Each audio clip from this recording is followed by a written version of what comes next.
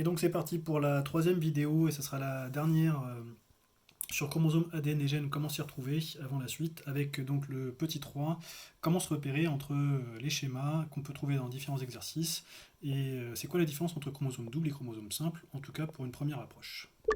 Alors on va commencer par rappeler que quand on regarde les chromosomes au moment de la division, ils sont sous cette forme-là, ça c'est une photo, même si elle est colorisée, et donc les chromosomes, on voit très bien qu'ils sont doubles. Double, ça veut dire quoi?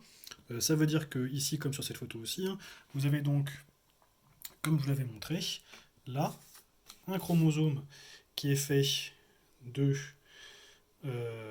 un bras ici, un centromère, et un bras en dessous.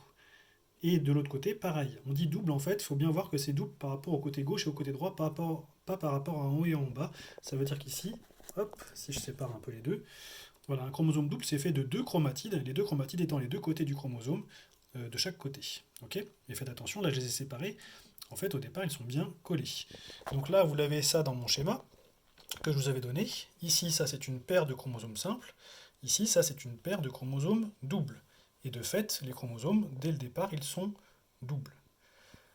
Alors dans ce cas-là, si jamais les chromosomes apparaissent doubles, comment ça se fait que dans certains exercices, comme par exemple ici, ou par exemple dans votre manuel ici, on dessine des chromosomes simples. C'est le cas aussi par exemple de l'exercice ici, page 247, que vous allez avoir à faire.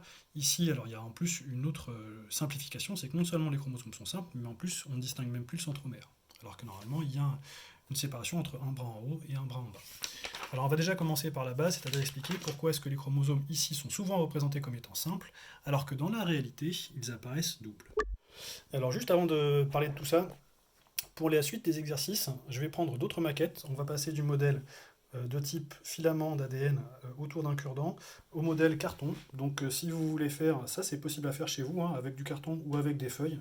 Voilà, vous prenez, vous dessinez vos chromosomes, soit des chromosomes doubles, donc attachés, soit des chromosomes simples, et puis vous pouvez les découper. Donc là par exemple j'ai une paire de chromosomes doubles, simples, pardon. Là j'en ai une autre, hop, je vais enlever celle-là.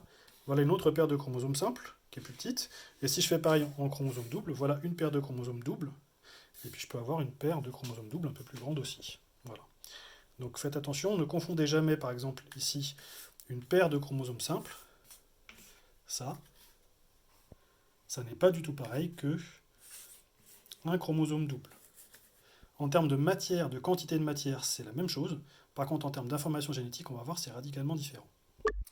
Alors si je reviens sur cet exercice-là que vous avez déjà eu, sur le syndrome de Williams, je vous rappelle que la sonde rose était censée montrer la présence d'un gène particulier, un gène qu'on vous identifie ici comme le gène responsable de la fabrication d'élastine, hein, c'est celui-là, qui est représenté ici, hein, en rouge.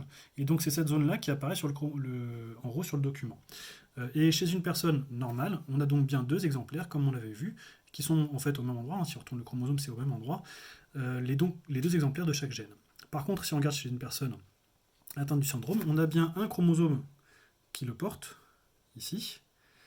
Par contre, ici, sur celui-là, on n'a plus la sonde qui s'est fixée. Alors ça veut dire quoi? Ça veut dire qu'ici, chez une personne atteinte de ce syndrome-là, on peut avoir une variation.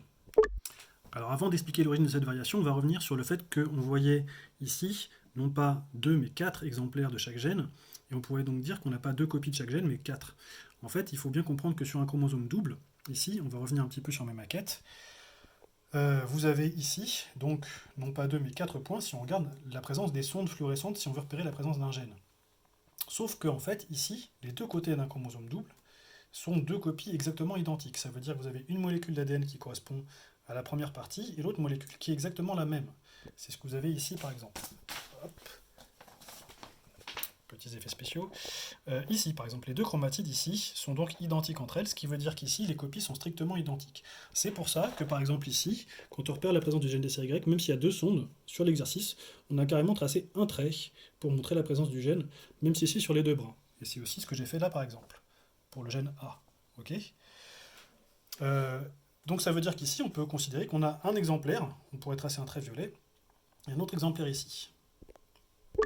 Et là, pour le coup, ça veut dire que sur cette paire de chromosomes, l'exemplaire du gène qui est ici est le même que l'exemplaire qui est là. C'est ce que je vous ai mis ici. Pour le gène, par exemple, que j'ai appelé ici B, on a B1 ici, et B1 encore ici. B1 et B1 étant identiques, ça veut dire que ce sont deux allèles, deux versions identiques du même gène. Alors pourquoi je parle d'allèles et non plus de gènes? Parce que chez les gènes, pour les gènes, on peut avoir différentes versions possibles. Et ces versions possibles, c'est ce qui va faire qu'on va avoir différents caractères héréditaires possibles. C'est là que je reviens au syndrome de Williams. Ici, la personne qui est atteinte de ce syndrome, elle a une version correcte du gène qui permet la production d'élastine, et pour l'autre paire de chromosomes, elle a une version qui ne fixe pas la sonde rose, ça veut dire soit qu'elle est modifiée, et par exemple qu'elle ne permet plus de produire d'élastine, soit carrément qu'elle est absente. Ça veut dire que pour cette zone-là, on peut très bien considéré qu'on a une version du gène A1, pour le gène A, ici, et une autre version du gène A2, au même endroit. Et donc vous voyez que sur une paire de chromosomes, même si dans un chromosome double, les deux bras qui correspondent aux deux chromatides portent exactement la même information, par contre pour le même gène, les versions peuvent différer d'un chromosome à l'autre chromosome de la même paire. Et donc, chez des personnes, en fonction de la situation, même chez vous, vous pouvez pour chaque gène vous avez tous deux exemplaires, mais vous pouvez avoir soit les deux exemplaires qui sont identiques, les deux mêmes allèles, soit deux allèles différents pour chaque gène. Et pour finir, comme de chaque côté des deux chromatides, c'est la même copie d'ADN des deux côtés, on expliquera d'ailleurs pourquoi dans le grand 3 de ce chapitre, on peut très bien considérer que ce schéma-là, on peut le remplacer pour simplifier par un chromosome simple, parce que c'est plus simple à dessiner, et de même pour l'autre. Et donc là, on a l'équivalent. De même ici, si je veux, je peux remplacer un chromosome double ici par son équivalent, un chromosome simple. Ça veut dire qu'ici, on simplifie les schémas, et c'est ce que vous avez dans la plupart des livres et des manuels.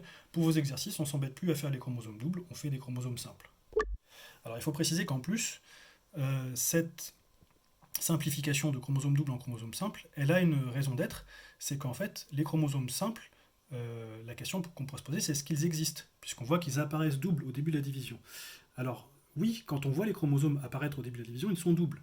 Mais en fait, la molécule d'ADN qui compose chaque chromosome, ici, qui apparaît double en fait, dans la cellule, elle est présente en un seul exemplaire. C'est-à-dire que dans la cellule, lorsque c'est complètement déroulé, quand on ne voit pas les chromosomes, en fait, on n'a pas deux molécules d'ADN identiques, on n'en a qu'une seule pour chaque chromosome.